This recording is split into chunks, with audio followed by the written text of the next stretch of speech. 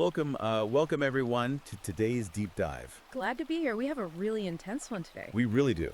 Yeah. If you've been watching the corporate landscape shift over the last decade, or if you're listening today because you might identify with the men's rights movement, Right. or maybe you consider yourself a red-pilled man trying to understand the history of our institutions and how they've just, drastically shifted in recent decades, then you are definitely in the right place. Absolutely. Because we know you're looking for clarity. Exactly. You're looking for that historical context and for a meticulous breakdown of the forces shaping the modern world, especially before what some argue was their capture by new ideological frameworks. Before the shift really took hold. Right. But before we even get started, I want to ask you to please take a quick second to like and subscribe to the show. It really helps us keep bringing you these incredibly detailed explorations of the source materials you care about. It makes a huge difference. It does. So today, we have an extensive, utterly fascinating review of a highly controversial new ebook by Conrad Reicher. And the title alone tells you exactly what kind of terrain we are crossing today. It does not hold back. No, it doesn't. It is called HR Struggle Sessions, Karen's Cultural Revolution Enforcing Feminization and Communism in Corporations. Quite the title. Yeah. For anyone who wants to follow along, verify the data, or dig into the material themselves, we highly encourage you to check Amazon Kindle and Google Play Books to buy the book. And you can follow the author at Conrad and Reicher on Substack. Yes, definitely do that. Okay, let's unpack this. Our mission today is to thoroughly dissect Reicher's explosive thesis. And it is explosive. Very much so. He's arguing, with a massive compilation of data, anecdotes, and internal corporate leaks, that modern corporate, legal, educational, and medical institutions have been captured by what he describes as feminist and Marxist ideologies. Right, and he's claiming that this isn't just a sort of, natural cultural drift. No, not at all. He says it's a deliberate, systemic overhaul designed to completely dismantle traditional meritocracy and male identity. Now, before we get deep into the weeds here, it is crucial to state up front that as your guides today, we are not taking sides, Right. nor are we endorsing the viewpoints presented in this book. Our job is to impartially report on the author's claims, analyze the structure of his arguments, and present his evidence to you exactly as it appears in the source material. We're just looking at the text. Exactly. Reicher's book is a polemic, and it deals with intensely politically charged content from start to finish. Whether you approach this text as a survival manual, Which is precisely how he frames it for his readers, by the way. yes, or if you approach it as a sociological artifact of our current cultural moment, our goal is to give you a comprehensive, objective synthesis of his arguments. Just laying it all out. We are here to map the territory he has laid out so that you, the listener, can understand the architecture of his claims. That is the perfect way to frame this. We're looking at the blueprint he provides. And to do that justice, we are going to walk through this material systematically. It's a lot of ground to cover. It is. We'll start with the corporate overhaul and what he refers to as the rise of HR struggle sessions.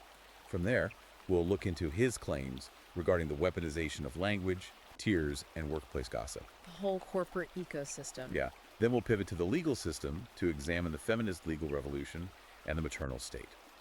After that, we'll move into the institutional capture of education and medicine, touch on cultural shifts regarding hypergamy and beauty standards, and finally... And we will break down his proposed path to restoration. Exactly. Let's start right at the beginning of his book. Reicher introduces a claim that strikes at the very heart of the Western workplace. He argues that corporate America has entirely abandoned objective merit. It's a bold starting point. He's saying, we're no longer rewarding the people who solve the hardest problems or generate the most revenue. Instead, we're rewarding the people who navigate emotional landscapes the best, demanding what he calls emotional compliance. And what's fascinating here is how Reicher immediately grounds this philosophical claim in data rather than just relying on observation or anecdotes. He brings the numbers early on. He really does. Oh. Early in the book, he cites a 2021 Harvard Business Review study that presents some incredibly stark findings regarding promotion trajectories. I remember this part. It was wild. According to the data he references, highly skilled but unemotional men are 42% less likely to advance in their careers than women who are objectively less competent in their core tasks but openly expressive. Wait, a 42% drop in advancement. That's what the data he pulled indicates. Just to be clear, the study he's citing is comparing a man with superior technical skills to a woman with inferior technical skills, but the woman advances almost half the time more simply because she is more emotionally expressive. That is precisely how Riker interprets and presents the data. Let's really look at the mechanics of that claim. Yeah, break that down. Riker is stating that a man could be the top structural engineer in a firm, right? Delivering flawless schematics, hitting every single deadline, solving complex systemic issues under immense pressure without breaking a sweat. The ideal employee, historically. Historically, yes. But Riker says he will still be passed over for a promotion if he doesn't share personal feelings in meetings or use the specific vocabulary of emotional growth. And he builds on this to argue that a colleague with inferior technical skills will rise rapidly through the ranks simply by utilizing emotional performativity. Exactly. This could mean crying during stressful performance reviews to elicit sympathy, constantly referring to the corporate team as a quote-unquote family, and displaying an outward continuous warmth. He uses this to illustrate a total inversion of corporate values. The core competency of the job is now secondary to the emotional management of the office environment. And he has a very specific phrase for this shift. Feminization by bureaucratic fiat. Yes. It's a striking phrase. It really is. He's essentially arguing that traditional male traits, things like assertiveness, direct, unvarnished communication, goal-oriented rivalry, stoicism, that these are now actively pathologized in the corporate world. They're no longer just different styles of working. No, they aren't just seen as different. They are broadly categorized under the nebulous umbrella of toxic masculinity. Right. And on the flip side, traditionally female traits, like emotional expression, collaboration over unilateral decision-making, consensus building, those are elevated to become the absolute default standard of what it means to be a professional. And if we connect this to the bigger picture, it fundamentally changes the rules of engagement for you if you're a man in a modern office. Totally changes the game. And he provides several vivid anecdotes to drive this home. There's one particularly striking story he shares about a manager at Meta. No, the vocal pitch story. Yes. According to the text, this manager was officially pulled aside by HR and told to, quote, lower his vocal pitch and to use more affirming gestures when speaking to his team. The framing Riker uses there is highly illustrative. Yeah, I remember reading that part. He says the man was basically instructed to mimic a kindergarten teacher reading a bedtime story. Yes. And when the manager in question answered questions directly during a review, instead of using padding phrases like, I hear you or I validate your experience, HR officially documented that he was emotionally underdeveloped. Emotionally underdeveloped because he answered a work question directly. Exactly. Riker views these instances not as isolated interactions with bad managers, but as institutional mandates handed down from the top. He details another case at Microsoft, right? Yeah, where a senior software architect was denied a critical promotion. And the reason was insane. It wasn't because of coding bugs, and it wasn't because of missed metrics. His 360-degree performance review stated that he doesn't smile enough. That is wild. Because his resting facial expressions didn't project sufficient cheerfulness, he was deemed unfit for leadership. To be denied a promotion in a highly technical field like software architecture simply because of a lack of smiling. It sounds absurd, but that's what he's reporting. He also brings up an IBM manager from 2015 who was forced into an emotional accountability workshop because a single subordinate complained he spoke too loudly during a team meeting. Just for speaking loudly. Right, and just to clarify, according to the book, did he yell at anyone? Was it abusive? No, Riker specifies that nobody else complained and no actual behavioral rule or professional code of conduct was broken. It was purely subjective. It was simply the subjective feeling of one employee who felt the volume of his voice was uncomfortable. Wow. And Riker analyzes this entire dynamic through a very specific historical lens. This is where the title of the book comes into play. The struggle sessions part. Yes. Yeah. He compares modern human resources departments to Maoist struggle sessions. Now that's a heavy comparison. It is. During the Chinese Cultural Revolution, struggle sessions were public spectacles where individuals were verbally and physically abused by crowds until they confessed to various ideological crimes and apologized for their thoughts. So he's drawing a direct parallel between that and a modern HR meeting. He points to U.S. Bureau of Labor Statistics data from 2023 showing that HR departments are currently 73% female. 73%. Yes, and because of this overwhelming demographic monopoly, Riker alleges that HR operates on a deeply maternalist logic. Let's unpack what he means by maternalist logic, because the book relies really heavily on this concept.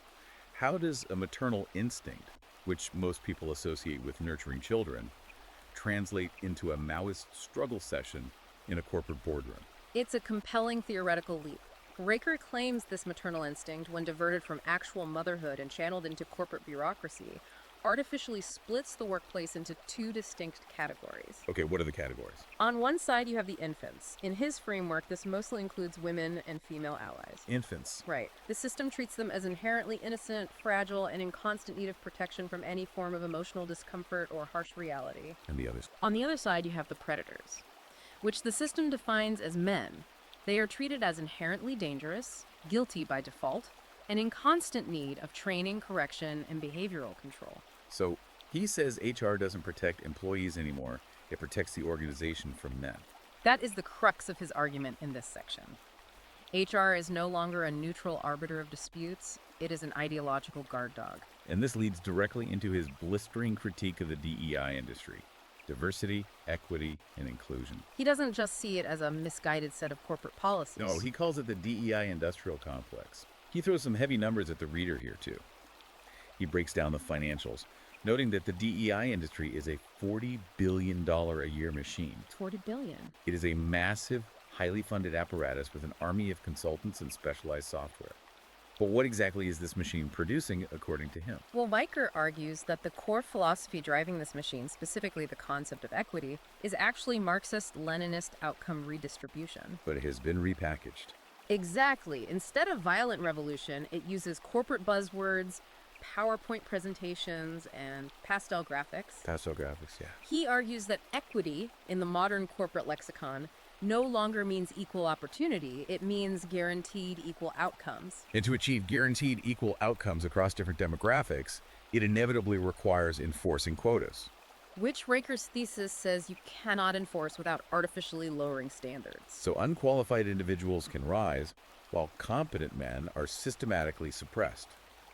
To illustrate how blatant this suppression has become, he quotes a leaks recording from a female HR director at Salesforce. That was a pivotal quote in the book. It really was. I want to make sure I get the quote right. On the tape, she allegedly states, "We don't care about fairness.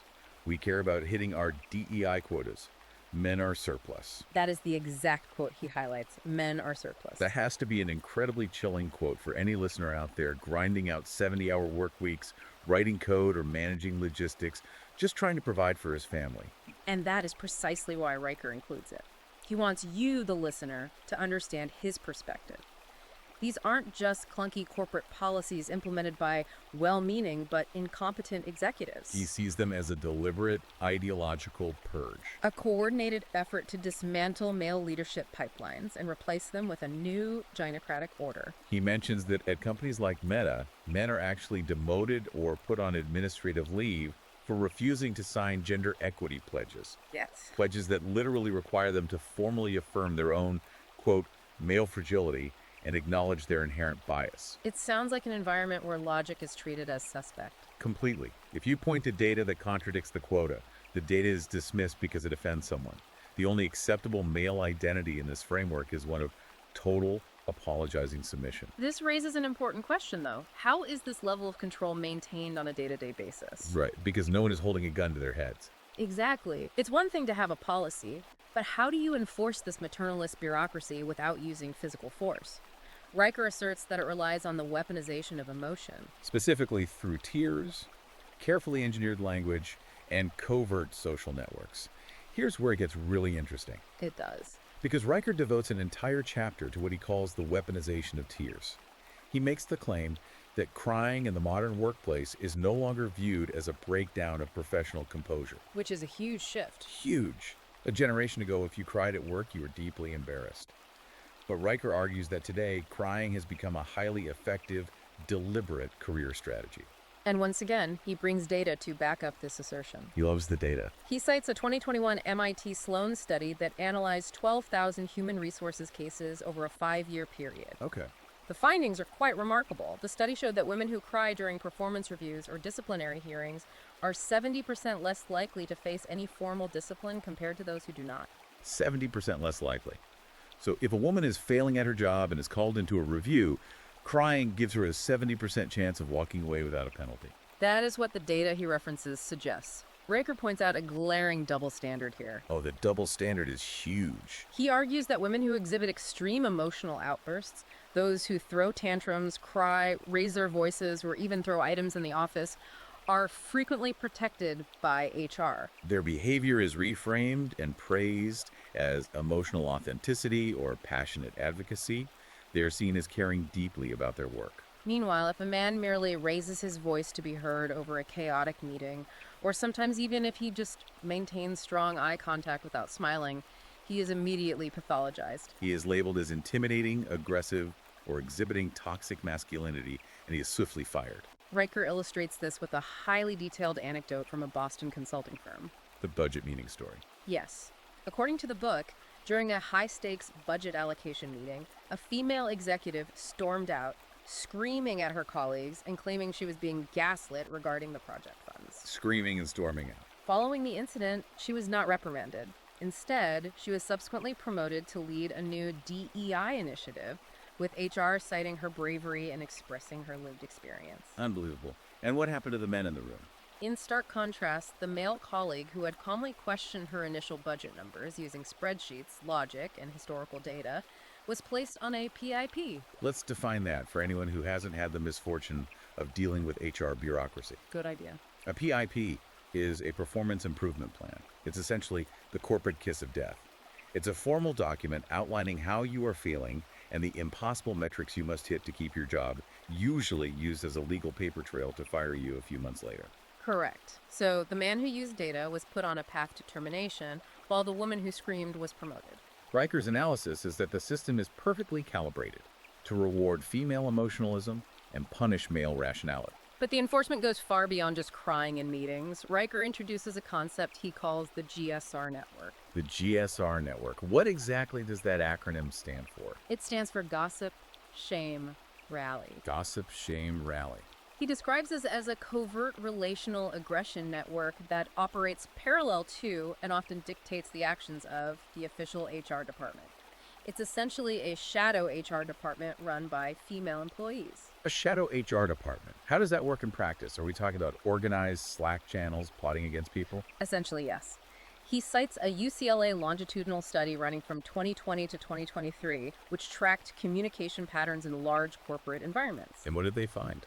This study found that women initiate 87% of all workplace gossip chains. 87%. And here's the vital statistic for Riker's argument. 73% of the targets of these gossip chains were high-achieving men. 73%. So this isn't just idle water cooler chatter about what someone watched on TV last night. Not at all. Riker frames this as industrial-scale social sabotage. Wow. The gossip phase isolates the target. The shame phase attacks his reputation, usually using vague buzzwords. And then the rally phase. Right. The rally phase recruits allies to file simultaneous identical complaints to HR, creating the illusion of a systemic problem. He tells multiple stories of men who are completely competent, who have zero documented performance failures or missed targets, were quietly pushed out of major tech companies like Google simply because a coordinated whisper campaign labeled them intense, abrasive, or difficult to work with. Those words are so subjective. How do you defend yourself against the accusation of being intense? You really can't. If we connect this to the bigger picture, Riker uses evolutionary psychology to explain why this specific tactic is so prevalent. He brings in David Buss. Yes. He cites researchers like Buss to argue that historically, in ancestral environments, women evolved to use social exclusion, alliance building, and indirect communication for mate suppression and to control male competition. Because direct physical confrontation was too dangerous for them. Exactly. Covert relational aggression was the evolutionary strategy for survival and dominance. So you're saying the book argues that modern office gossip is actually an evolved biological weapon. That is Riker's exact thesis. This primal evolutionary instinct has now been fully institutionalized in the modern corporate world. Operating under the guise of formalized peer feedback and 360-degree reviews. Right. It allows female employees to eliminate high-performing male competitors without ever having to confront them directly on their technical skills or beat them on objective revenue metrics. And to make sure men can't even defend themselves against this shadow network. Riker argues that the very language we use has been feminized and weaponized. He talks about the absolute end of free speech in the corporate world. The criminalization of normal, everyday language. Yes. He provides several alarming examples of this linguistic policing. He shares the story of a senior engineer at Lockheed Martin who was officially reprimanded and forced to attend a 2-day sensitivity training seminar. Over one word. One word. His offense. He used the word guys in an email to a mixed gender team. For example, "Hey guys, the project files are updated." A word that has been colloquially gender neutral across the United States for decades. Decades. But now it's treated procedurally as a hate crime or a microaggression. He mentions another employee at Salesforce who was put on a PIP, again, a performance improvement plan, for using the phrase man hours when scheduling a massive server migration. Man hours is just standard industrial terminology for time estimation. Riker points out that terms like microaggressions and psychological safety were originally introduced into the corporate lexicon with the stated intention of improving workplace dynamics and fostering collaboration. But they've been co-opted. Completely co-opted, they are now weaponized as terms of absolute control, used specifically to silence any male dissent. How does he define the current use of psychological safety? Because on its face, it sounds like a good thing. You want people to feel safe at work. Well, Riker argues that in practice, the phrase psychological safety now effectively means that female employees must be shielded from any facts, data, or logical arguments that cause them emotional discomfort or challenge their worldview. As Riker parishly quotes in his text, truth is only offensive when it contradicts the dogma. Yes. If a man uses logic and spreadsheets to point out a mathematical flaw in a DEI quota or a budget proposal, he isn't debated on the merits of his data. He is fired for making his colleagues feel unsafe. It's an environment where men are constantly walking on eggshells. You can't speak directly, you can't use standard industry terms, and you can't rely on your technical skills to save you. It's a complete paradigm shift. It really is. But as Riker points out, if you think the corporate HR department is bad, wait until you see what happens when these exact same ideological frameworks are given the full, coercive life and death power of the state. The legal system chapters. Yes. So if this maternalist logic is completely dominating the boardroom, where does it go next? This brings us to the legal system, something I know is of massive interest to our audience. Oh, absolutely. Riker argues that the legal system, specifically the family courts, has been entirely hollowed out. He calls it the feminist legal revolution and the maternal state. He claims that in these courtrooms, emotion doesn't just trump evidence, emotion is the evidence. He describes modern family courts as feminist tribunals.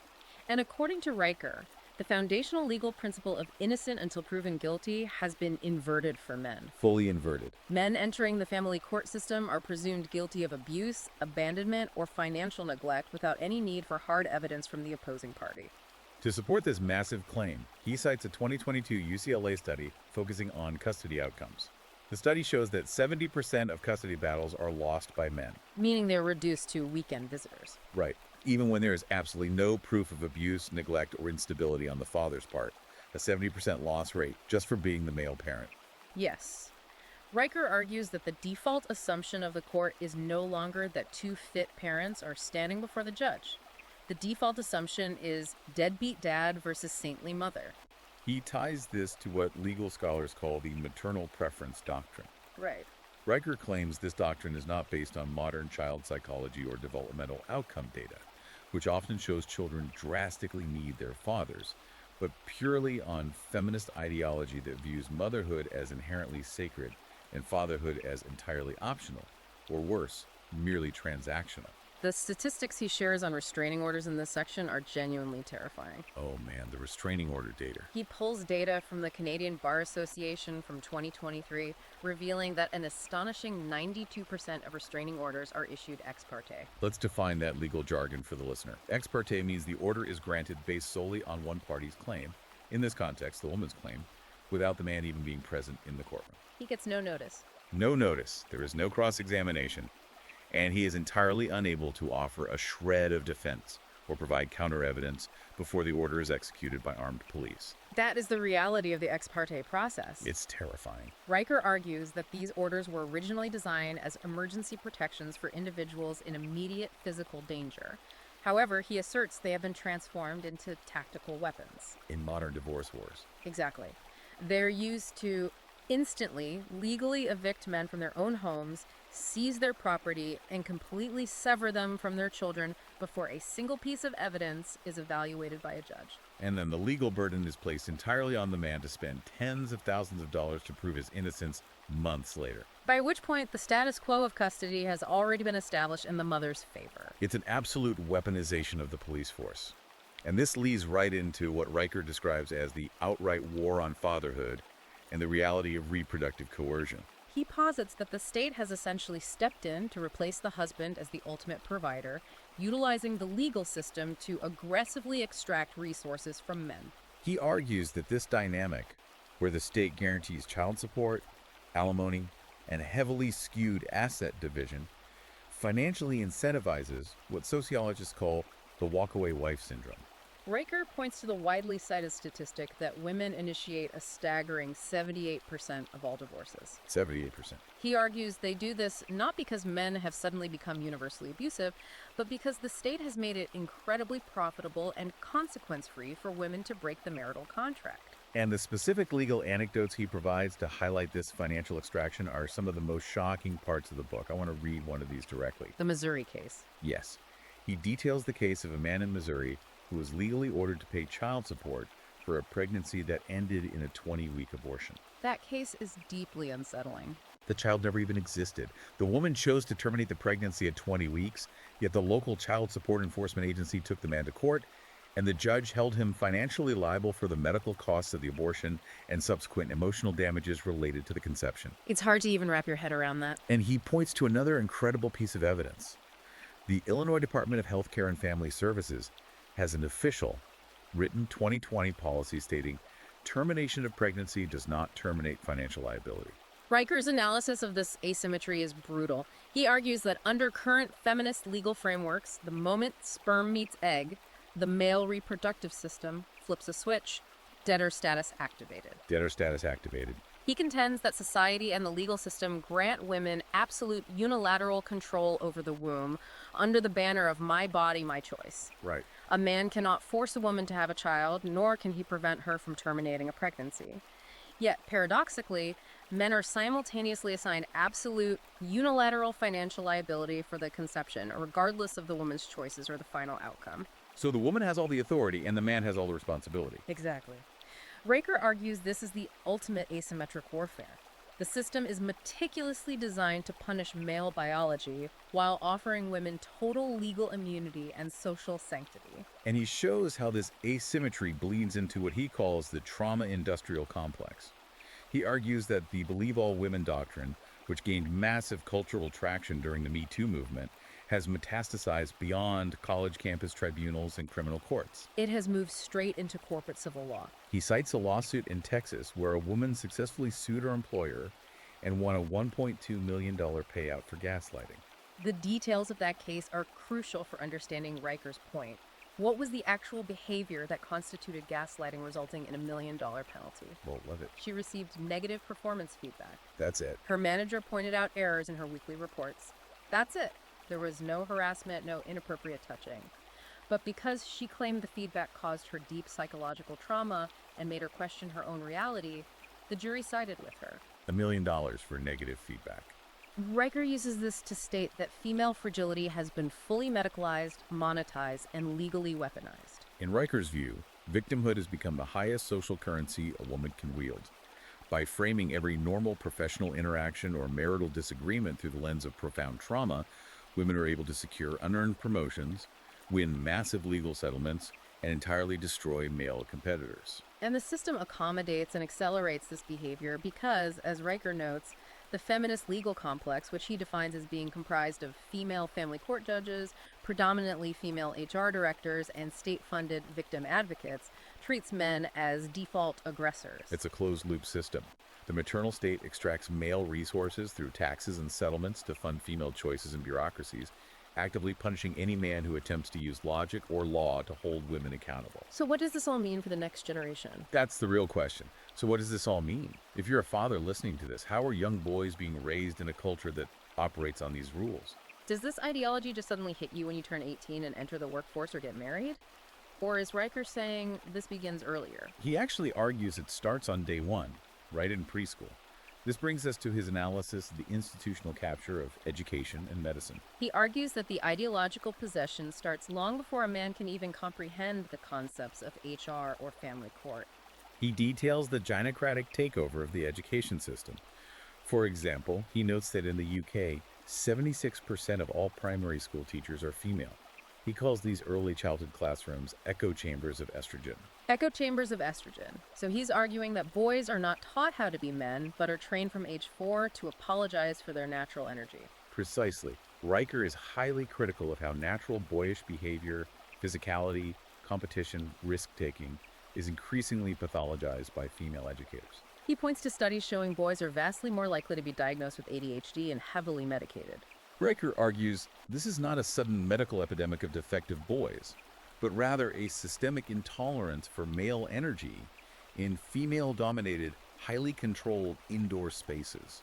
He illustrates this with a story from Ontario that is just infuriating. Oh, the 7-year-old? A 7-year-old boy was suspended from school. His crime. During recess, while playing make-believe, he pointed his finger like a gun and said, "Pew pew." Pew.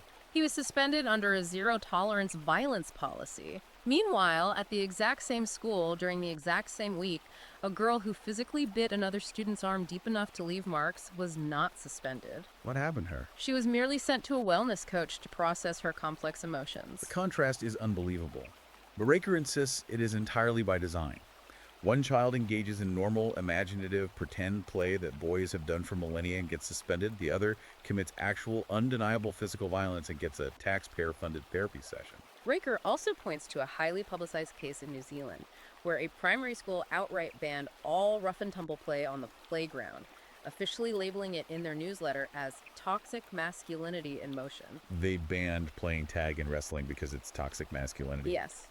He says schools are actively trying to dismantle the biological foundations of masculinity, replacing math drills and competitive sports with feelings journals and collaborative circles, actively punishing stoicism and rewarding emotional breakdowns. And this exact same ideological capture, Riker argues, has taken over the medical establishment. This is where the book gets incredibly dark. It does. He unpacks the profound disparities in healthcare funding and treatment, and the numbers he brings up are undeniable. He points out that despite men dying earlier than women on average across almost every demographic, despite men suffering the vast majority of workplace fatalities and making up 80% of all suicides, institutional medical funding is wildly disproportionately allocated to women's health. He cites data showing that breast cancer receives 6.5 times more funding from the National Institutes of Health than prostate cancer. 6.5 times. This is despite the fact that prostate cancer is a massive, incredibly common killer of men. Riker argues that this funding disparity isn't an accidental oversight, it's a reflection of a system that inherently values female life, comfort, and longevity over male survival. And it gets even more dystopian when Riker discusses the ideological denial of basic male biology by actual doctors. Testosterone story. He tells the story of a 58-year-old mechanical engineer in Houston. This man went to his doctor because he was experiencing profound fatigue, muscle loss, and depression. Blood tests confirmed he had clinically low testosterone. A completely standard medical issue for a man that age. He sought testosterone replacement therapy, which is a standard, heavily researched medical treatment. The doctor denied him the prescription, and the reasoning is the terrifying part. What was the reason? The doctor literally wrote in the patient's medical chart that the patient was exhibiting hormonal male entitlement. Can you imagine? A man seeking medical care for a documented hormonal deficiency is told by a medical professional that his desire for baseline health is an expression of patriarchal privilege. It's medical malpractice disguised as social justice. Riker links this medical bias directly to his most philosophical and perhaps most alarming claim, that the fundamental pillars of Western civilization, the scientific method, objectivity, and empirical truth, are being deliberately and systematically deconstructed. He argues that the feminist and Marxist frameworks view logic, data, and objectivity not as universal truths, but as white male constructs historically designed to oppress marginalized groups. Therefore, these institutions believe they are morally obligated to replace empirical truth with lived experience and emotional resonance. Wait, I want to make sure I'm reading this next part right. The examples he gives to prove this deconstruction of truth are absolutely absurd. Is he literally claiming that the NIH funded a researcher who says gravity is a myth? How does the book justify that leap? He is literally claiming that, and he provides the grant number in the footnotes. He has the grant number. Yes. Riker highlights a grant awarded by the NIH to a sociological researcher who published a paper claiming that gravity is a patriarchal myth because it, quote, pulls things down, like oppression, and forces bodies into rigid, quantifiable states rather than fluid experiences. That sounds like a parody. That sounds like something from an internet meme, but he says it's actual taxpayer-funded research. It is. He writes about a medical student at Stanford who was expelled from his program, his crime. During a seminar on healthcare outcomes, he cited public CDC data on male mortality rates. Just citing the CDC. The university administration initiated a disciplinary hearing and labeled his use of statistical facts as biological determinism hate speech. If we connect this to the bigger picture, it demonstrates a complete institutional collapse. Riker even points to a university education course that teaches future teachers that mathematics itself is a form of emotional violence. Math is emotional violence. Because concepts like standard deviation force outliers into rigid boxes, and requiring a single correct answer to an equation is an assertion of authoritarian power. When computer logic, statistics, and basic physics are attacked as tools of the patriarchy, Riker warns that we are entering a modern dark age, an age where feelings override physics and where capable men are purged from scientific, engineering, and medical fields simply because they refuse to validate anti-scientific dogma. So, if the institutions of work, law, education, and science have all shifted so radically, how has this impacted the day-to-day cultural dynamic between men and women? What does this mean for dating, marriage, and attraction? Riker argues that these institutional changes have drastically altered the cultural contract. He spends a significant amount of time breaking down the rise of female hypergamy. Hypergamy is the evolutionary instinct for women to seek mates of higher socioeconomic status, physical protection, and resource provision. While evolutionary biologists acknowledge this has always existed, Riker argues that the modern state has turbocharged it. The state has removed any social stigma or legal penalty from women who abandon their marriages the moment a man's utility drops. He outlines compelling data on marriage utility to back this up. Riker cites a 2023 Stanford study that found men who lose their jobs are 84% more likely to be divorced within 2 years of that job loss. Let's pause on that number because it's staggering. An 84% increase in divorce risks simply for experiencing a career setback. He uses this data to argue that the modern marriage contract, unlike traditional vows of for better or for worse, is now entirely hypergamous and transactional. Loyalty, in his view, exists only as long as the man can continuously provide superior status, income, and lifestyle. The moment he falters, whether due to a workplace injury, a macroeconomic downturn, or severe illness, the legal system, as we discussed earlier, is primed and ready to help the woman extract his remaining assets and exit the relationship seamlessly. It's a bleak picture of modern relationships. You are only loved conditionally based on your output. But Riker also explores how this ideology polices male desires, specifically through the lens of the body positivity movement. Now, normally, body positivity is pitched in the media as a compassionate movement to help people feel good about themselves and combat eating disorders. But Riker has a completely different take. He views the movement as a sophisticated form of ideological control. He argues it is fundamentally not about health or self-acceptance, but about forcing biological reality to submit to feminist ideology. Riker's argument is that the body positivity movement aggressively demands that men find obesity attractive. It actively works to reprogram innate evolutionary male sexual preferences for health and fertility markers. He points to instances on social media and in HR sensitivity trainings where men who express a preference for fit or healthy women are publicly shamed, deplatformed, or even punished for committing what is essentially treated as a hate crime against women's self-esteem. Yet, Riker points out a massive, glaring contradiction in this cultural mandate. The plastic surgery aspect. Exactly. While feminists and media figures demand that men alter their evolutionary preferences to accept all female body types regardless of health, women themselves overwhelmingly continue to seek plastic surgery, use digital filters, and chase highly traditional beauty standards to compete with one another for top-tier men. He views this as the ultimate hypocrisy, punishing natural male desire while simultaneously exploiting it for social currency and attention. It's a system that Riker says is designed to keep men constantly off balance, guilty, subservient, and questioning their own nature. So after nearly 200 pages of laying out this incredibly dark, heavily cited map of institutional capture, from the HR struggle sessions to the family courts to the denial of physics and the policing of attraction, What is his solution? Is it just doom and gloom? That brings us to the final section of his book, The Path to Restoration. Riker doesn't end the book in despair, which is vital for understanding his project. The final chapters operate as a survival manual. They focus intensely on what he believes red-pilled men, or any man who values merit and logic, must do next. And his answer is incredibly direct. Opt out and build anew. He argues that you cannot reform these institutions from within. You can't just vote in a new HR director and fix the company. The rot is too deep. Exactly. Riker observes a rapidly growing trend of highly competent, high-achieving men simply walking away from corporate environments, legacy academia, and mainstream institutions. He documents the rise of digital and physical sanctuaries where men are pooling resources, intellectual capital, and creating parallel structures. He mentions some specific examples that sound like the beginnings of a completely alternate economy. He talks about the Mail Republic Discord server, which boasts over 50,000 members. These aren't just guys playing video games. They are sharing advanced legal strategies for surviving family court, exchanging HR survival tactics, and funding each other's startups. He also highlights the Red Pill MBA. This is an underground, heavily vetted business network that entirely rejects ESG, environmental, social, and governance mandates. For those unfamiliar, ESG is a corporate framework that often ties investment capital to meeting specific DEI quotas and social justice initiatives. The Red Pill MBA network refuses ESG money, focusing purely on merit, unhindered financial growth, and logic. And perhaps most interestingly, he points to the No HR Club based out of Austin, Texas. I love this part of the book.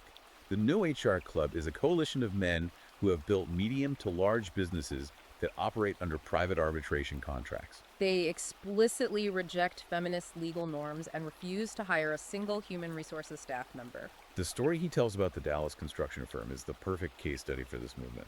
According to Riker, this firm fired its entire HR staff in 2022. They completely dismantled the department. They replaced it with a transparency board made up of actual productive employees from the engineering and construction teams. The rules they instituted are fascinating. No more anonymous complaints. If you have an issue with someone, you face them. No more secret mediations that always default to siding with the accuser. Everything requires hard, objective evidence. And the result. Riker says their employee turnover dropped by 68%, and overall productivity skyrocketed. Men are flocking from across the state to work there because it's a true meritocracy based on fairness, output, and logic, not emotional blackmail. This success story perfectly encapsulates Riker's ultimate message to his readers. He is telling men, do not apologize for your nature. Do not comply with systems that demand your humiliation as the price of admission. He urges men to build independent institutions rooted in the classical foundations of Western thought, specifically the trivium. Let's define the trivium for the listener because it's his philosophical anchor. The trivium is the foundational educational method of classical antiquity, consisting of grammar, logic, and rhetoric. Grammar is the mechanics of language and the definition of reality. Logic is the mechanics of thought and analysis. Rhetoric is the mechanics of communicating that truth persuasively. Riker believes that by mastering reason through the trivium and refusing to participate in systems governed by emotional hysteria, men can literally starve the maternal state. If the competent men leave, the system loses the competence and capital it requires to survive. It is a profound, radical call to action for his target audience. And that brings us to the end of our deep dive into Conrad Riker's HR struggle sessions. To synthesize what we've covered today, we have thoroughly mapped out Conrad Riker's polemical worldview. We have detailed his extensive assertions, backed by the myriad of data points, leaked memos, and legal anecdotes he provides. We've explored his claim that Western institutions, from the emotional coercion of corporate HR and the unilateral punitive power of family courts, to the estrogen-dominant schools and ideologically captured hospitals, have been systematically engineered to infantilize men and elevate maternal collectivism. He paints a highly detailed picture of a society where objective merit is actively penalized, emotional volatility overrides empirical truth, and male identity is under constant systemic assault. And that leaves us with a final provocative thought, building directly on the source material we've just unpacked.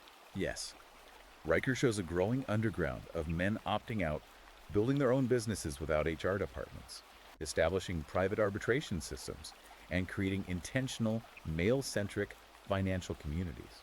So, if the current system fundamentally relies on male labor, male innovation, male tax dollars, and male legal compliance to fund its massive bureaucratic and social initiatives, What happens to the maternal state when the builders and the providers completely withdraw their participation from mainstream society? It's a question that could entirely define the next decade of cultural economics. it really could. If you found this deep dive valuable, if it helped you map out the arguments shaping our culture today and gave you the historical context you were looking for, please remember to like and subscribe to the show. We highly encourage everyone in our target audience to buy Conrad Reicher's book on Amazon Kindle and Google Play Books. Do not just take our word for it. Go read the full data, the internal memos, and the complete arguments for yourselves to fully understand the scope of his thesis. Absolutely. Go to Amazon Kindle or Google Play Books, get the ebook, and make sure to follow the author at Conrad and Reicher on Substack for his ongoing updates and to join the community discussion. Thank you for joining us on this massive journey today. Stay sharp, keep questioning the narratives, and we will see you on the next deep dive.